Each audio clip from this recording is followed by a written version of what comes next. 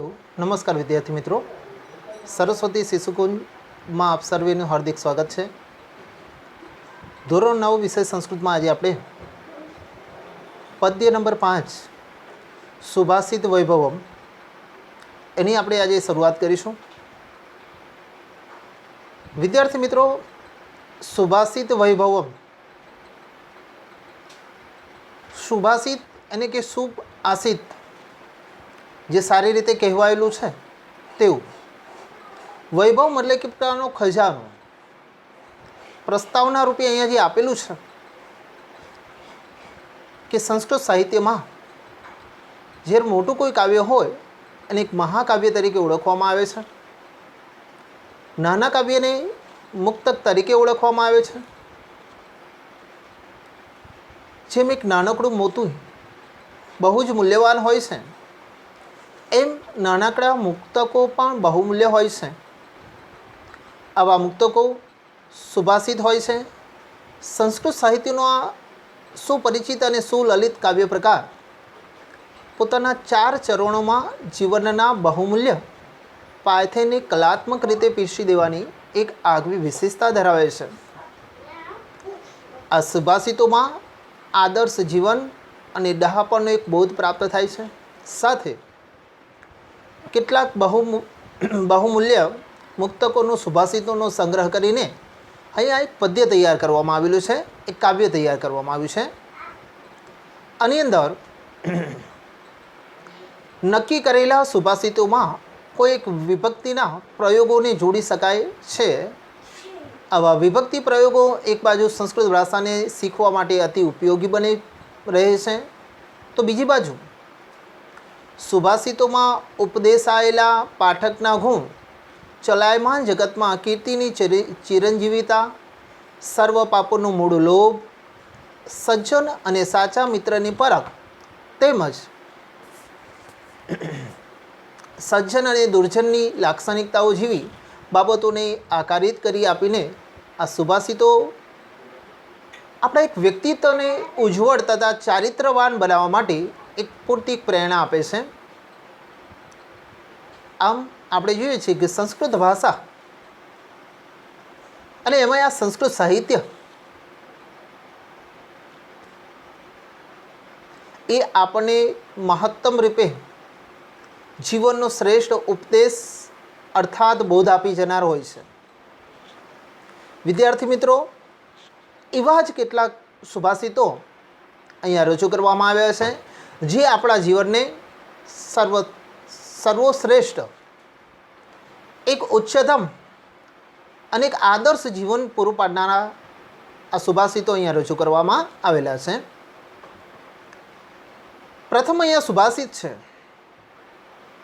એની અંદર રજૂઆત કરવામાં આવી છે, માધુર્ય અક્ષર અભિવ્યક્તિ પદછેદ સુસ્વર ધૈર્યમ લય સમર્થ ચ સડેતી પાઠકા ગુણા। બીજો સુભાષિત અહીંયા આપેલો છે, ચલમ ચિતમ ચલમ વિતમ ચલે જીવિત યૌવને ચલાચલમ ઇદમ સર્વમ કીર્તિરેવ હિ જીવતી। નીચે બીજો પણ આપેલો છે, મક્ષિકા વ્રણમ ઇચ્છંતી ધનમ ઇચ્છંતી પાર્થિવા નીચા કલમ ઇચ્છંતી શાંતિમ ઇચ્છંતી સાધવા ગાવો ગંધેન પશ્યંતી વૈદેહે પશ્યંતી બ્રાહ્મણા ચારેહે પશ્યંતી રાજાના ચક્ષુમ ઇતરે જના। વિદ્યાર્થી મિત્રો, અહીંયા જે સુભાષિતો જે આપેલા છે એનો ખાસ કરીને આપણે એક અન્વય કરીને એને સમજવું એ જરૂરી છે। જ્યાં સુધી તમે અન્વય એનો યોગ્ય ન કરતા શીખો, સાચું અનુવાદ તમે વ્યવસ્થિત સમજી ન શકો એમ। એટલે અહીંયા અન્વય રૂપે પણ મેં શ્લોકો આપેલા છે। આ 2 શ્લોકોને આપણે અન્વય રૂપે અહીંયા ફરીથી સમજીએ। માધુર્યમ અક્ષર વ્યક્તિ પદછેદ સ્તુ સ્વસ્વર ધૈર્યમ લય સમર્થ ચ એતે ષઠ પાઠકા ગુણા। વિદ્યાર્થી મિત્રો, શ્લોક પરથી તમને થોડો ઘણો અંદાજ આવ્યો જ હશે કે અહીંયા પાઠક પાઠક મતલબ કે જે વાંચનાર છે, જે સમજનાર છે, સાંભળનાર છે, એની અંદર બોલનાર છે, એની અંદર કયા એ ગુણો હોવા જોઈએ, જેથી કરીને આપણે યોગ્ય રીતે એને સમજી શકીએ, યોગ્ય રીતે એને સમજાવી શકીએ. પ્રથમ અહીંયા ગુણ આપેલો છે કે માધુર્યમ. માધુર્યમ એને કે મધુરતા, એક પ્રકારની મીઠાશ. અક્ષર વ્યક્તિ ही, અક્ષર એને કે અક્ષરની અભિવ્યક્તિ. સમાસ અહીંયા ષષ્ઠી તત્પુરુષ સમાસ બને છે બેટા. અક્ષરની અભિવ્યક્તિ ની પ્રત્યય વચ્ચે આવ્યો છે માટે એને ષષ્ઠી તત્પુરુષ સમાસ કહી શકીએ. પદછેદ. પદછેદ મતલબ કે પદોનો યોગ્ય વિગ્રહ કરતા આવડતું હોવું જોઈએ, પદોનું યોગ્ય વિભાજન કરતા આવડતું હોવું જોઈએ. તો આગળનો એ ગુણ છે કે પદછેદ. સુસ્વર, યોગ્ય અવાજ, સુંદર અવાજ. સુંદર મતલબ કે ઈશ્વર પાસેથી આપણને જે અવાજ મળે છે એમાં આપણે કંઈ ન કરી શકીએ એમ, પણ જો કદાચ આપણે બોલતા હોઈએ તો સામેવાળો જે પ્રેક્ષક છે એ પ્રેક્ષક જ્યાં સુધી આપણા અવાજને યોગ્ય રીતે સાંભળી શકે એ રીતેનો આપણો અવાજ હોવો જોઈએ. એને કહ્યું છે સુસ્વર. ધૈર્યમ. ધૈર્ય મતલબ કે ધીરજતા. ઘણીવાર આપણે જોઈએ કે બોલવામાં એક પ્રકારની એક ધીરજતા હોવી જોઈએ, આપણા વ્યક્તિત્વમાં, આપણી વાણીમાં એક પ્રકારની ધીરજતા હોવી જોઈએ. તો આપણી જે વાણી છે એને એક અસરકારકતા સામેવાળા વ્યક્તિમાં આપણે પ્રસ્થાપિત કરી શકીએ. આગળનો ગુણ છે લય સમર્થમ. લય એટલે કે યોગ્ય લય હોવો જોઈએ, યોગ્ય તાલ હોવો જોઈએ. આ 6 ગુણો સડેતે એટલે કે આ 6 ગુણો પાઠગઃ ગુણાઃ, વાચકમાં આ 6 ગુણો હોવા જોઈએ. અને એક એક કરીને આપણે સમજવાનો પ્રયત્ન કરીએ. મધુરતા એને કે મીઠાશ. કહેવત છે વાણી અને પાણી આ બંનેનો આપણે વિનય અને યોગ્યતાપૂર્વક આપણે ઉપયોગ કરવો જોઈએ એમ. ઈશ્વરે આપણને સરસ મજાની આવી વાણી આપણને આપી છે તો એને ગમે તે રીતે આપણે ઉપયોગ ન કરી શકીએ એમ. મૃદુતાપૂર્વક આપણી વાણીનો, એક મીઠાશપૂર્વક આપણે આપણી વાણીનો ઉપયોગ કરવાનો છે. અક્ષર વ્યક્તિ, અક્ષરની અભિવ્યક્તિ એમ. અક્ષરની અભિવ્યક્તિ એટલે કે આપણે જે પણ રજૂ કરવું છે, આપણે જે પણ કંઈ બોલવું છે એ યોગ્ય હોવું જોઈએ. પદોનું વિભાજન. પદ છે તો એટલે કે પદોનું વિભાજન. ઘણીવાર આપણે સંસ્કૃતમાં કહેતા હોય, હું ઘણીવાર કહેતો હોઉં, મોટાભાગના પદ એકબીજા સાથે જોડાયેલા હોય છે, પણ જો આ પદનો યોગ્ય વિગ્રહ ન કરવામાં આવે તો એનો સાચો અર્થ આપણે સમજી શકતા નથી અથવા સામેવાળા વ્યક્તિને આપણે સમજાવી શકતા નથી. આથી યોગ્ય પદોનું વિભાજન થયેલું હોવું જોઈએ. પદોનું જો યોગ્ય વિભાજન થયેલું હોય તો જ એનો ચોક્કસ અર્થ આપણે સામેવાળા વ્યક્તિને સમજાવી શકીએ. સારો અવાજ. અવાજ આપણે ઘણીવાર જોતા હોય, દરેક વ્યક્તિની જે બોલવાની જે છટા હોય છે, જે સ્પીચ આપવાની જે ટેકનિક હોય છે, દરેકની અલગ અલગ હોય છે. આપણે જોયું કે રામકથા ઘણા બધા કરે છે, ઘણા બધા સંતો મહાત્માઓ રામકથા એ કરતા હોય છે. પણ આપણે જોઈએ કે મોરારી બાપુની જ્યારે રામકથાઓ હોય ત્યારે એમની એ રામકથાની અંદર ઘણા બધા હજારોની સંખ્યામાં ત્યાં માણસો આવતા હોય છે આ રામકથાનો લાભ લેવા માટે. આટલું બધું માનવ સમુદાય ત્યાં એકત્રિત થવા માટેનું કારણ શું છે? કે એમની વાણીમાં એક પ્રકારની આકર્ષકતા છે, એક પ્રકારની મધુરતા છે, પદોનું યોગ્ય વિભાજન કરી શકે છે અને એમનો અવાજ પણ યોગ્ય છે. ધીરજ અને લય, ધીરજ અને લય એ પણ એ જરૂરી છે. જ્યાં ધીરજતા હોવી જોઈએ એ પ્રકારનું આપણે ઉતાવળથી જ્યારે બોલતા હોય, એક સળંગ રીતે બોલતા હોય, તો સામેવાળા શ્રોતાને આપણો જે ભાવાર્થ જે કહેવાનો છે આપણે ન કહી શકીએ, સમજાવવાનો છે સમજાવી ન શકીએ. આથી એક ધીરજ અને એક લય પણ હોવી જરૂરી છે. આ 6 ગુણો વાચકમાં હોવા જોઈએ. કવિએ અહીંયા સાહિત્યકારે આપણને કહ્યું છે કોઈ પણ વાચકમાં, કોઈ પણ પાઠકમાં આ 6 પ્રકારના ગુણો હોવા જોઈએ, અને તો જ એને જે પણ કંઈ કહેવું છે એ સામેવાળા વ્યક્તિને યોગ્ય રીતે કહી શકે. અન્યથા એના કહેવાનું જે તાત્પર્ય છે, એના કહેવાનું જે ભાવાર્થ છે એ સામેવાળા વ્યક્તિ સુધી પહોંચી શકતા નથી. એટલે આપણે પણ આપણી વાણીમાં માત્ર બોલવા માટે કે વાચકમાં આ ગુણ હોવા જોઈએ જરૂરી નહીં. એક વિદ્યાર્થી જીવનમાં, એક મનુષ્ય જીવનમાં આપણે પણ જ્યારે જીવન વ્યતીત કરી રહ્યા છે તો આ પ્રકારના 6 ગુણો આપણી વાણીમાં હોવા એ અનિવાર્ય છે. તો આ બોધને આપણે અહીંયાથી ચોક્કસપણે આ ગ્રહણ કરવાનો છે. ફરી એકવાર આનો અનુવાદ જોઈએ માત્ર તો: મધુરતા, અક્ષરની અભિવ્યક્તિ, પદોનું યોગ્ય વિભાજન, સારો અવાજ, ધીરજ અને લય, આ 6 ગુણો વાચકમાં હોવા જોઈએ. વિદ્યાર્થી મિત્રો, અહીંયા શબ્દાર્થ અને અનુવાદ બંને લખેલું છે, આપેલું છે. તમારે તમારી નોટબુકની અંદર શબ્દાર્થ લખવાના છે, સાથે અનુવાદ પણ લખવાનું છે. બરાબર? ઓકે, આશા રાખું છું પહેલા શ્લોકમાં સમજ પડી હશે. હવે અહીંયા બીજો શ્લોક છે: વિત્તમ ચલમ ચિત્તમ ચલમ જીવિત યૌવને ચલે ચલાચલમ ઇદમ સર્વમ ચલાચલમ યસ્ય કીર્તિ સ જીવતી. શબ્દો અહીંયા જે આપેલા છે આ શબ્દોના અર્થને આપણે સમજવાનો પ્રયત્ન કરીએ. વિત્તમ શબ્દનો અર્થ છે ધન અથવા પૈસા. ચલમ શબ્દનો અર્થ છે ચંચળ હોવું, તે અસ્થિર હોવું. તે જીવિત યૌવને ચલે એટલે કે આ ચલાયમાન જગતની અંદર, આ જીવન અને યૌવનની અંદર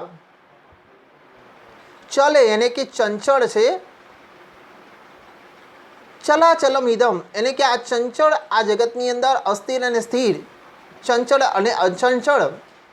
યશ એને કે જેની પાસે, યશઃ એને કે કીર્તિ જે છે ખરેખર એ જ જીવિત છે. ખરેખર હે ને શું ટકી રહેનાર શું છે? તો મતલબ કે યશ અને કીર્તિ જે છે એ જ ટકી રહેનાર છે. અહીંયા આ સુભાષિત દ્વારા આપણને સમજાવવાનો પ્રયત્ન કર્યો છે કે સમગ્ર જગત એક ચલાયમાન છે. કેવું છે? ચલાયમાન આ જગત છે. આ જગતની અંદર, આ વિશ્વની અંદર કંઈ ટકી રહેવાવાળું છે તો એક ને એક માત્ર છે આપણું યશ, આપણું નામની, આપણા કીર્તિ. મને ચોક્કસપણે કહેવાનું મન થાય કે જ્યારે મહાભારતના યુદ્ધની અંદર મહારાજા કર્ણ જ્યારે દુર્યોધનના પક્ષે રહીને યુદ્ધ કરવાનો છે એ સમયે પાંડવોના પક્ષે ભગવાન શ્રી કૃષ્ણ હતા. ભગવાન શ્રી કૃષ્ણ જાણતા હતા કે જ્યાં સુધી આ કૌરવના પક્ષે આ કર્ણ છે, કર્ણ જ્યારે યુદ્ધ કરવાનો છે ત્યાં સુધી કોઈ દિવસ પાંડવો આ કૌરવને હરાવી નહીં શકે. કારણ શું છે? કારણ કે કર્ણને એના જન્મની સાથે કવચ અને કુંડળ પ્રાપ્ત થયેલા હતા. જ્યાં સુધી કર્ણના શરીર પર આ કવચ અને કુંડળ હોય છે ત્યાં સુધી એને કોઈ પણ પરાજિત નહીં કરી શકે, કોઈ પણ એને હરાવી નહીં શકે. ભગવાન શ્રી કૃષ્ણ આ જાણતા, ભગવાન ઇન્દ્ર પણ આ જાણતા. એટલે એકવાર ઇન્દ્ર ભગવાને છળ કપટ કરીને એક બ્રાહ્મણનું વેશ લઈને કર્ણના દરબારમાં આવે છે. ભિક્ષામ દેહી એ કરતાં કર્ણના દરબારમાં આવે છે. કર્ણ એક મહાન દાનવીર હતો. બ્રાહ્મણને બેસાડે છે, એમનું સ્વાગત કરે છે. પછી એમને પૂછે છે કે હે બ્રાહ્મણ, શું તમને 1000 ઘોડાઓ આપું, સોના મહોર આપું, અનેક યશસ્વી એવા બળવાન એવા હાથી ઘોડા આપું? ત્યારે બ્રાહ્મણના રૂપમાં રહેલે ઇન્દ્ર ભગવાન આ સગડું લેવાની ના પાડે છે. અને અંતમાં કર્ણ જ્યારે પોતાના શરીર સાથે જોડાયેલા કવચ અને કુંડળ આપવાની વાત કરે છે ત્યારે આ બ્રાહ્મણ એ સમયે સ્વીકારવા તૈયાર થઈ જાય છે. અને સ્વીકારવા તૈયાર થતાં આ કર્ણ પોતાના શરીર સાથે જોડાયેલા કવચ અને કુંડળ આપવાની વાત કરે છે ત્યારે એ કર્ણનો એક સારથી હતો શલ્યરાજ. આ સારથી કર્ણ રાજાને અટકાવે છે કે હે રાજા, તમે આ શું કરો છો? અને સાથે તમારું જીવન જોડાયેલું છે. અને ત્યારે કર્ણ રાજાએ કહ્યું હતું કે સમગ્ર આ જગત એ ચલાયમાન છે, કશું જ ટકી રહેવાવાળું નથી. જો આ જીવનની અંદર ટકી રહેવાવાળું છે તો એ માત્ર ને માત્ર આપણી યશ અને કીર્તિ છે. માટે આજે કર્ણને ઘણા બધા વર્ષો થઈ ગયા છતાં પણ એક દાનવીર કર્ણની ખ્યાતિ તરીકે, યશ તરીકે, કીર્તિ તરીકે આજે પણ આપણે કર્ણ રાજાને આપણે યાદ કરીએ છીએ. તો વિદ્યાર્થી મિત્રો, એવા જ શ્લોકની અહીંયા રજૂઆત કરવામાં આવી છે કે આ જગતની અંદર જેની પાછળ આ સમાજ, આખો વિશ્વ એમ કહેવાય કે ધનની પાછળ દોડધામ કરી રહ્યું છે, પૈસો એ જ પરમેશ્વર એવું માનીને બધા એની પાછળ દોડધામ કરી રહ્યા છે. પણ અહીંયા કવિએ કહ્યું છે, સાહિત્યકારે આપણને કહ્યું છે કે વિત્તમ એને કે પૈસો, ચિત્તમ એને કે માન એ ચંચળ છે.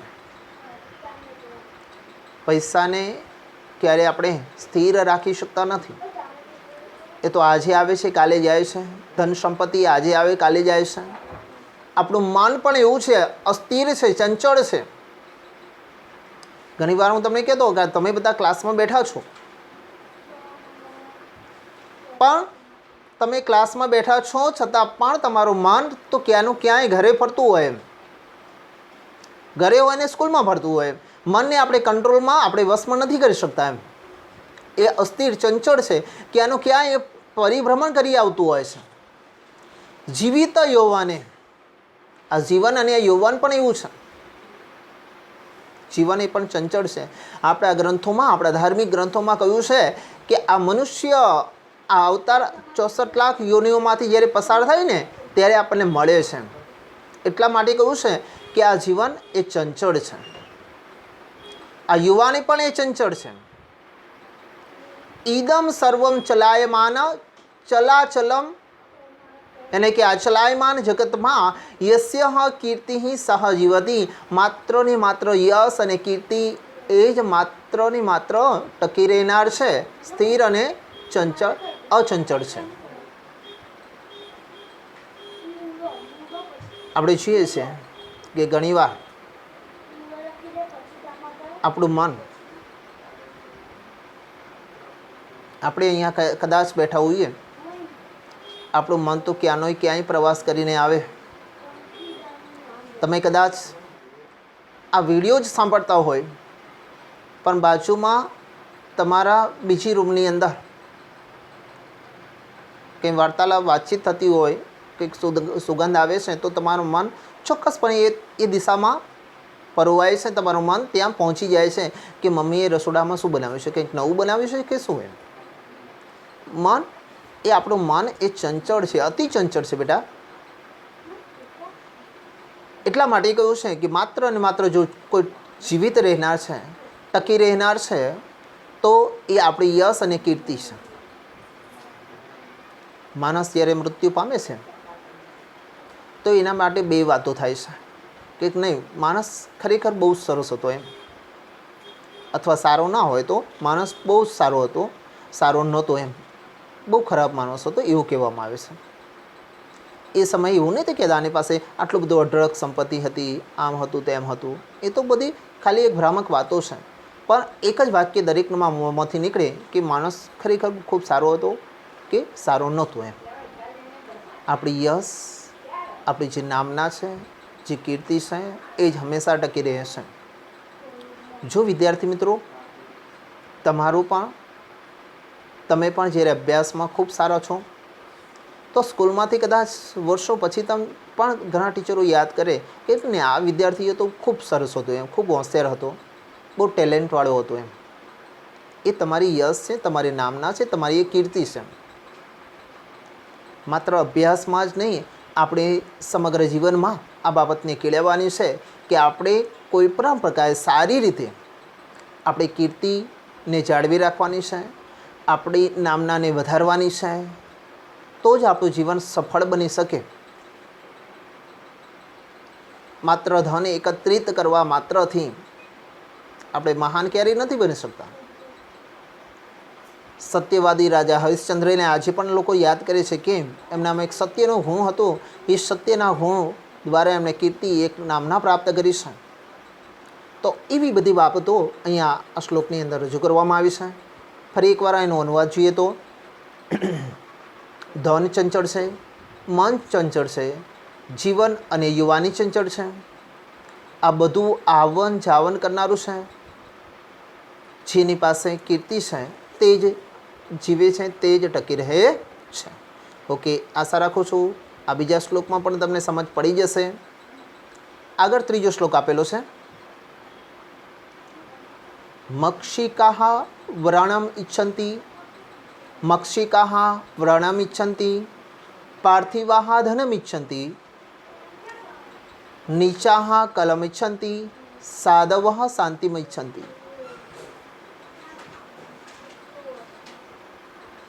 સમાજની અંદર, વિશ્વની અંદર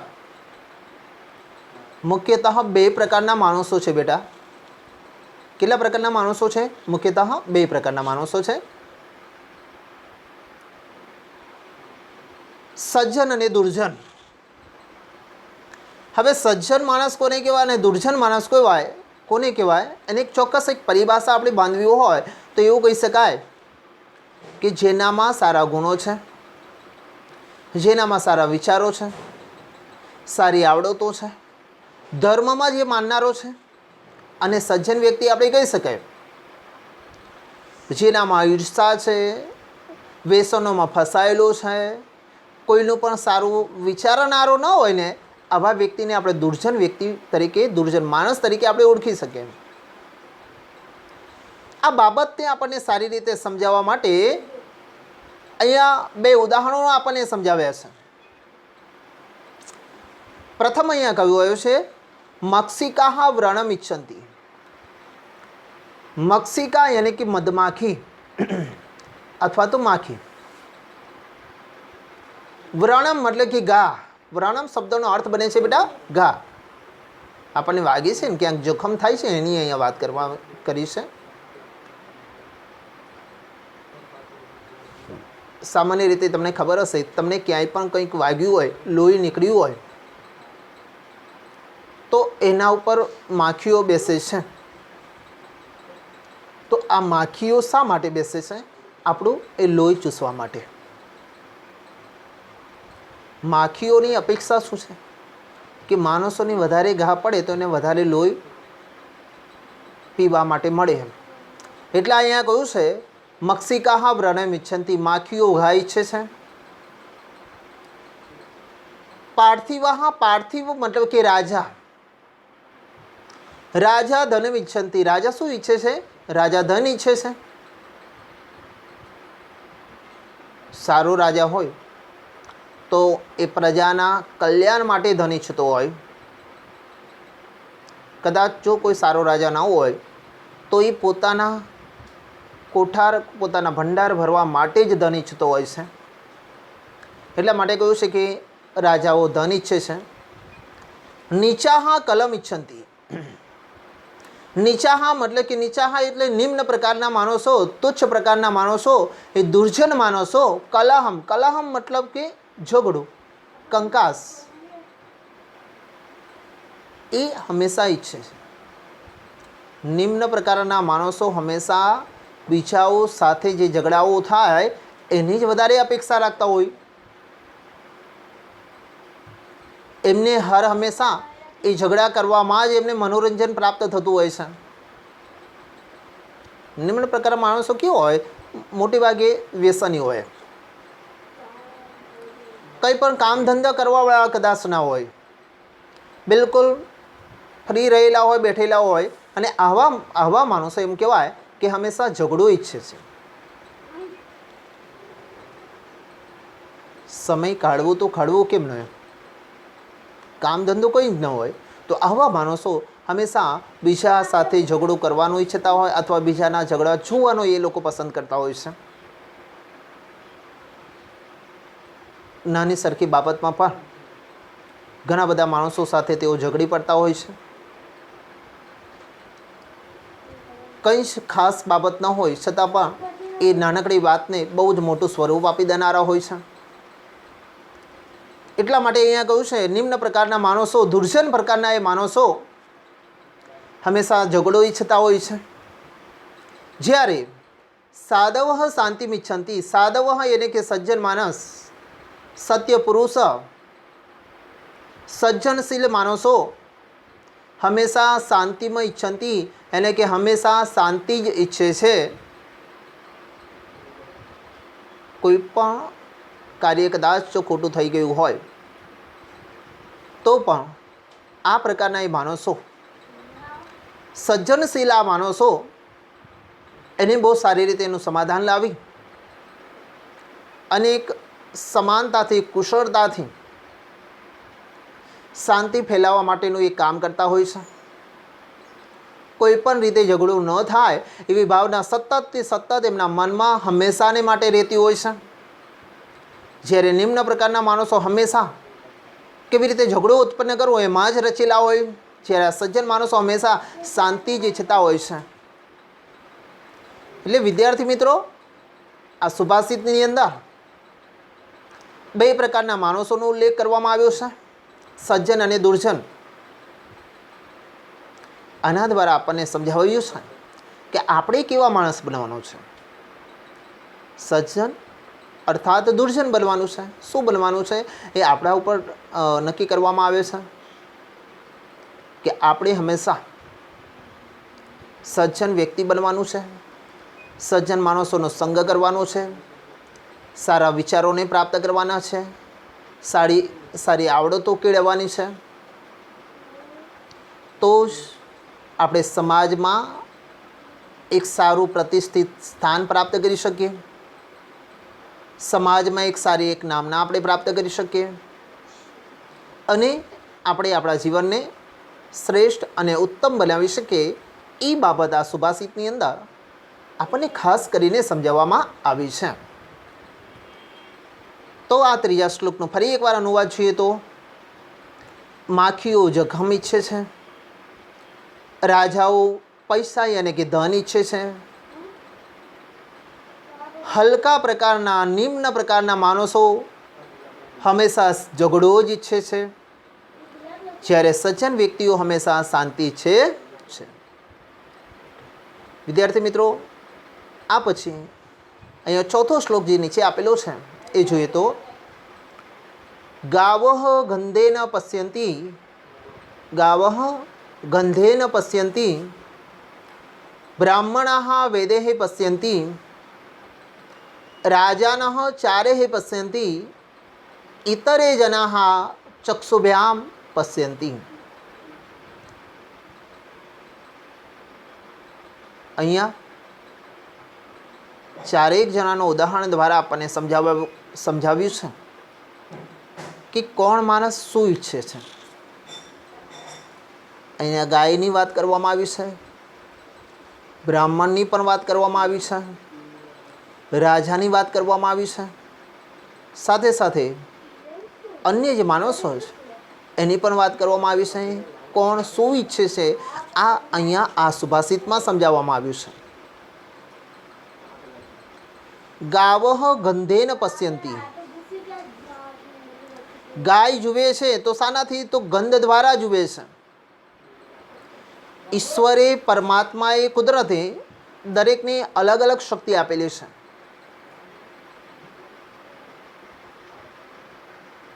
ગાય એ ગંધ દ્વારા જુએ છે. ગંધ એટલે સુગંધ. પશુમાં જે ઘ્રાણેન્દ્રિય છે, આપણામાં 5 પ્રકારની મુખ્ય ઇન્દ્રિયો છે. નેત્રેન્દ્રિય, સ્વરેન્દ્રિય, ઘ્રાણેન્દ્રિય, સ્પર્શેન્દ્રિય, સ્વાદેન્દ્રિય. આ 5 પ્રકારની ઇન્દ્રિયો આપણામાં છે. કોઈ પ્રાણીમાં કોઈ ઇન્દ્રિય વિશેષ કામ કરી જાય છે. આ જે ગાય છે, આ ગાયની અંદર એની જે ઘ્રાણેન્દ્રિય છે બહુ જ તેજ છે. ગાય આ ગંધ દ્વારા જુએ છે, અનુભવી શકે છે. ગાયનું કદાચ વાછરડું 1-8 કિલોમીટર દૂર હોય ને તોય એને ખબર પડે કે આ પોતાનું વાછરડું આટલામાં છે. પોતાનો માલિક કદાચ દૂર હોય ને તો એ ગાયને ખબર પડે કે પોતાનો માલિક આવ્યો છે, માટે એ ભાંભળવા લાગે, બોલવા લાગે છે.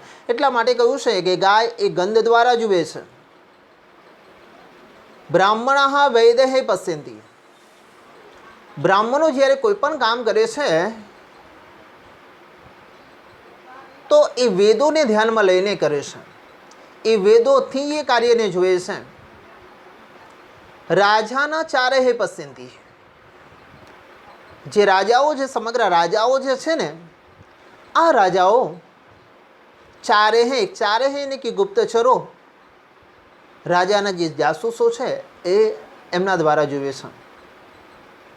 રાજા જ્યારે રાજ્યનો વહીવટ કરે છે ત્યારે એ પોતે રોજે રોજ સમગ્ર રાજ્યમાં પરિભ્રમણ કરી શકતા નથી.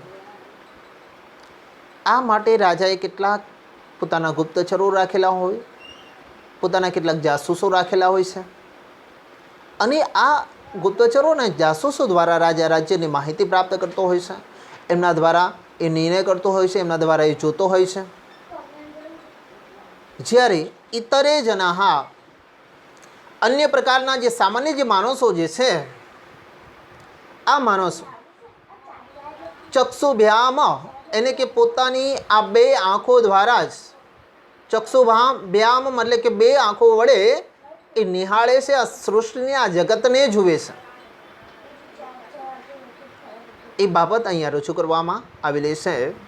ફરી એકવાર એનો અનુવાદ જોઈએ તો, ગાવું ગંધ વડે જુએ છે, ઓળખ પ્રાપ્ત કરે છે.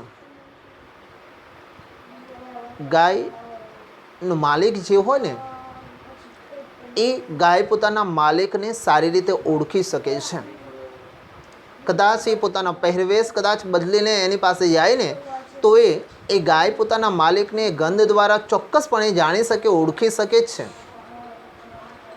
બ્રાહ્મણો હંમેશા વેદોમાં જે બતાવ્યું છે એ વેદ જ્ઞાનથી જ એ સમગ્ર આ વિશ્વને, સમગ્ર કાર્યને તેઓ જોતા હોય છે. રાજાઓ જાસૂસો વડે જુએ છે, જ્યારે બીજા અન્ય માણસો એમ કહેવાય કે પોતાની 2 આંખો દ્વારા, જે સ્પષ્ટ જોતા હોય છે એના દ્વારા જ એઓ સમજ પ્રાપ્ત કરી શકતા હોય છે. ઈશ્વરે, પરમાત્માએ, કુદરતે આપણને બહુ સરસ આંખો આપેલી છે અને આંખો દ્વારા આપણે એ સમજ પ્રાપ્ત કરી શકતા હોઈએ છીએ. ઓકે વિદ્યાર્થી મિત્રો, તો આ પ્રમાણે આ 1 થી 4 સુભાષિતો આપણે જોઈએ અને અનુવાદ સાથે આપણે સમજ પ્રાપ્ત કરી. તો આશા રાખું છું કે આની અંદર તમને ચોક્કસપણે સમજ પડી જશે. અનુવાદ પણ તમે સારી રીતે સમજ્યા જશો. હવે અહીંયા નીચે કેટલુંક સ્વાધ્યાય આપેલા છે. આ વિડીયોની અંદર આ પાઠમાં જેટલા વ્યાકરણના જેટલા પ્રશ્નો છે ને એ જ અહીંયા સ્વાધ્યાય રૂપે લેવામાં આવેલા છે. તો આ વ્યાકરણના પ્રશ્નને આપણે સમજવાનો અહીંયા પ્રયત્ન કરીએ. પહેલો પ્રશ્ન અહીંયા આપેલો છે, નામરૂપોનો પરિચય કરાવવા માટે આપણને અહીંયા સૂચના આપેલી છે.